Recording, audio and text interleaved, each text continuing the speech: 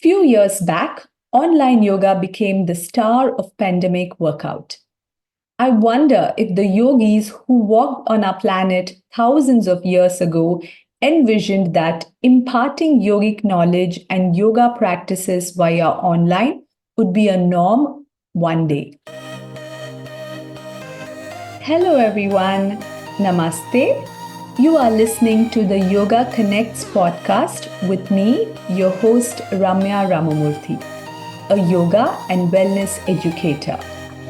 If you are a student of yoga, a yoga teacher, or a listener who likes to journey through life in an enriching way, then this podcast is for you. I created this podcast to bring to you interesting, insightful, and raw conversations about yoga and holistic wellness, along with some inspiration, lessons, tips, and tools for everyday life. So let's get started. Welcome to this episode, my very first episode at Yoga Connects podcast. And I wanted the topic to be candid about something that gave me a strong foothold in the yoga industry. That which enabled me to reach out to so many people virtually, whom probably otherwise I would not have been able to interact with or share with. So today, I will take you through the start of my yoga journey in the online yoga world. Millions of people chose online yoga as their regular practice during the pandemic. And probably you were one of the millions of people around the world who tuned in to attend yoga or any other fitness classes online. At least that is what I tuned into for teaching my yoga classes effectively. Because there were zero options to go out there and teach in-person yoga classes during the time of pandemic and lockdowns. But my journey of starting online yoga started long before the pandemic. At least there was a nudge to go online with my offerings so that I can reach out to more people and also make my offerings independent of my physical presence. How did it all start? Let me take you a little back to 2019. In 2019, I quit a decently well paying role of a yoga teacher at a yoga corporate in my hometown, Bangalore. In November of the same year, my husband and I decided to travel the world for a while starting from 2020. During this travel, I thought that I would create an online yoga business. Yes, I said yoga business. Yes, I said yoga business. And I have no qualms admitting that. Yes, I do what I do from my heart with purpose and passion. But it involves monetary transactions. And so, business with a heart comes into picture.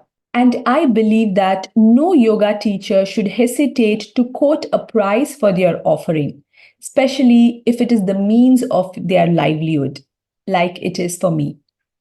No yoga teacher should hesitate to build a business around their yoga offering, as long as what they are offering is coming from a pure place within them.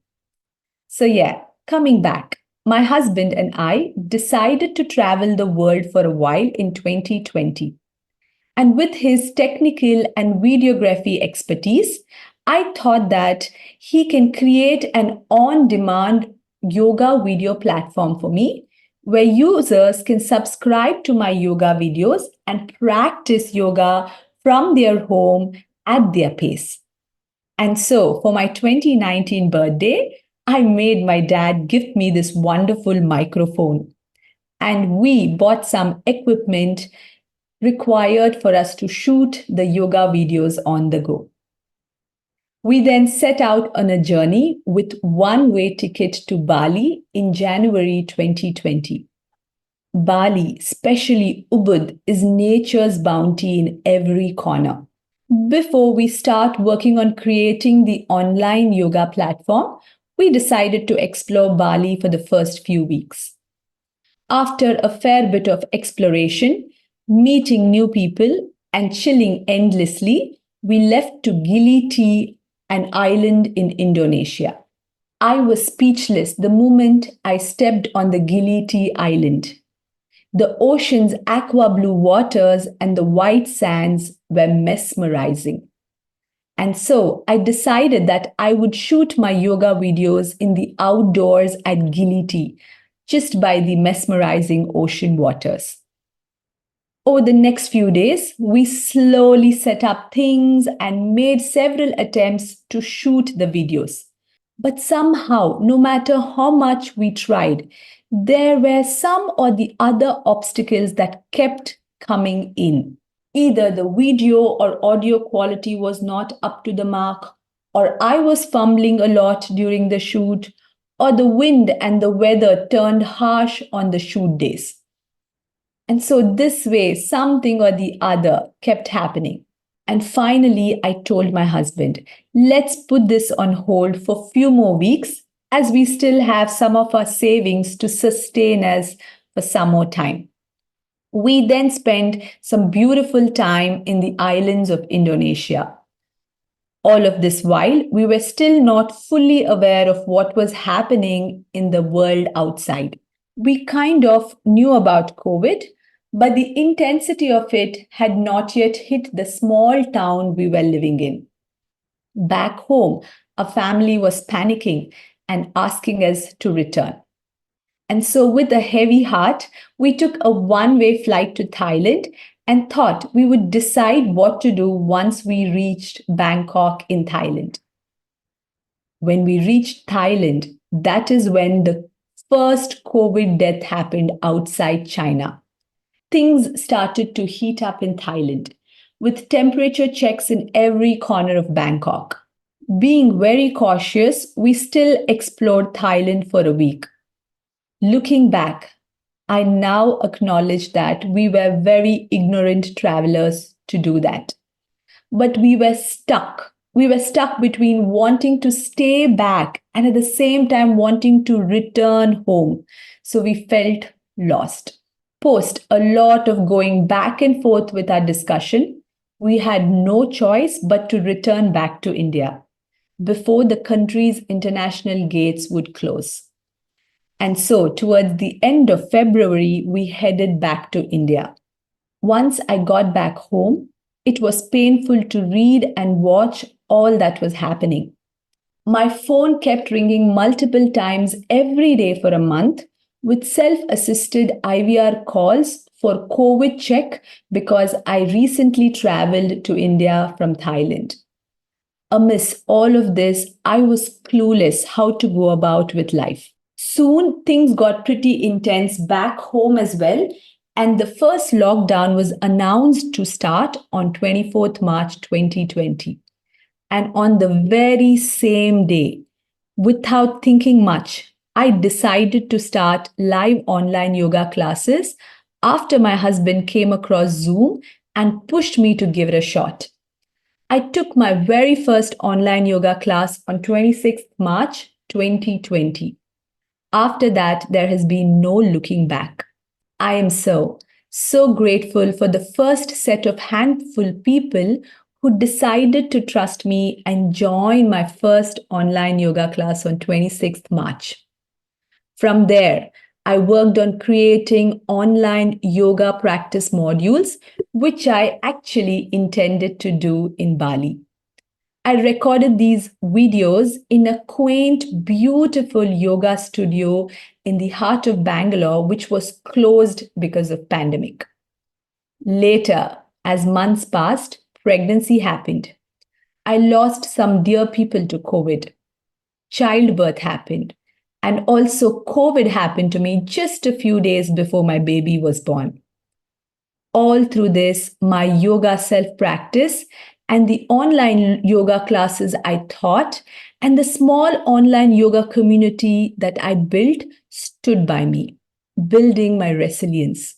With weeks passing, an increased amount of downtime because of the second wave of COVID, I had time. I had time to study, to equip myself as a better yoga teacher, which I continue to do till now. I also started my own yoga platform called Yogastha, an abode for yoga practice and holistic wellness just few weeks before my child was born. Our podcast, Yoga Connects, is presented to you by Yogastha. Post the birth of my child, with COVID still looming around severely, I studied online a lot. I studied Ayurveda. I studied antenatal yoga. I studied psychology. And I also did a bunch of courses that helped me support how to navigate to explore the opportunities in the online yoga world. Then Instagram also started to boom and became a platform to share my knowledge as a yoga teacher and help me to reach out to more people who could make use of my wellness solutions in their life. But there was a challenge, a true challenge to not get carried away or lost in the intricate web of social media. But I was able to navigate through the world of social media in sensible and authentic ways through my learning and unlearning. And social media became a very important tool for me to reach out to more people and share my yoga offerings with them. In fact, I can make a few episodes to talk and share about how I used and still use Instagram in positive and effective ways to help fuel my online yoga programs.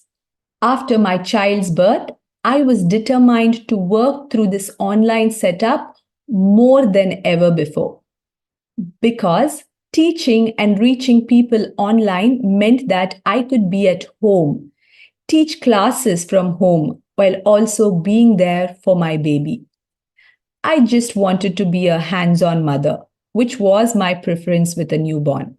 In many ways, I strongly believe that my pregnancy and childbirth empowered me to tap into my feminine energy and journey through the world of online yoga with compassion to myself and to others with whom I taught and shared.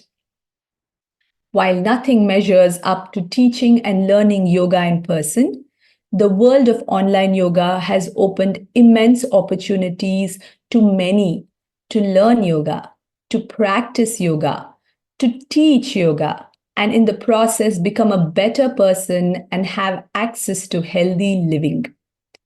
It has allowed me to share with more empathy and compassion.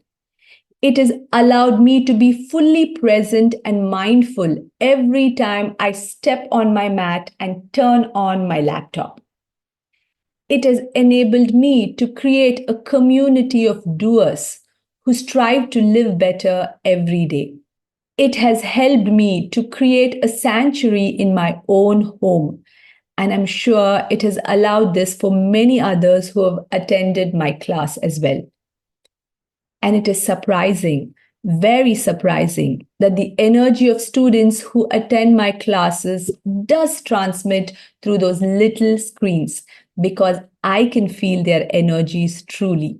While I now do conduct in-person yoga programs and yoga retreats as well, I will be forever grateful for what online yoga offered me during the pandemic crisis and continues to offer to me even now. Yoga has survived and thrived from the word of mouth in the ancient time to being available to the masses of today through online. Yoga has survived and thrived from the word of mouth in the ancient time to being available to the masses of today through online. While there is a dark side to this with the rise of people who impart yoga in the not so right ways, there is always light. Because the true essence of yoga will continue to find its way, continuing to help millions and billions of people thrive inside out, even if it is via screens. I do not know how the mode of teaching yoga will change over the next few years. But the question I do ask myself often is, if the mode of teaching changes, will I adapt to it? And the answer is a sure yes, because I always see myself as an instrument chosen to share the essence of yoga, and the divine that allows me to share this essence will also enable me to adapt to new ways and times as needed, if I am truly ready for it. So, this is my candid conversation about my journey in the online yoga world. Thank you for listening. I look forward to consistently creating podcasts in the weeks to come to share with you about yoga in depth, about holistic wellness with a lot of interesting, insightful conversation, along with some inspirations, lessons, tips, and tools that you can truly take away to apply in your everyday life. Do stay tuned. Namaste.